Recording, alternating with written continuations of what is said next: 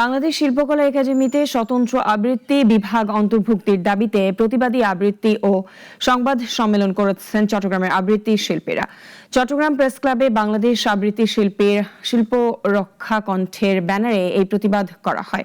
বক্তাদের অভিযোগ, সাম্প্রতিক অধ্যাদেশ অনুযায়ী শিল্পকলা একাডেমির বিভাগ সংখ্যা বৃদ্ধি পেলেও আবৃত্তির কোনো স্বতন্ত্র বিভাগ রাখা হয়নি।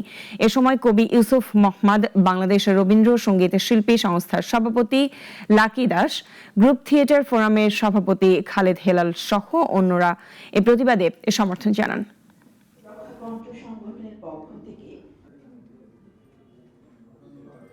আবৃত্তি শিল্পের দীর্ঘ ইতিহাস, স্বতন্ত্র অবস্থান, আন্তর্জাতিক মান ও বাংলাদেশের সাংস্কৃতিক অঙ্গনে এর বিশাল অবদানের স্বীকৃতি স্বরূপ বাংলাদেশ শিল্পকলা একাডেমির সংশোধন অধ্যাদেশ 2026 অনুযায়ী এটিকে স্বতন্ত্র আবৃত্তি বিভাগ হিসেবে অন্তর্ভুক্ত করা হোক।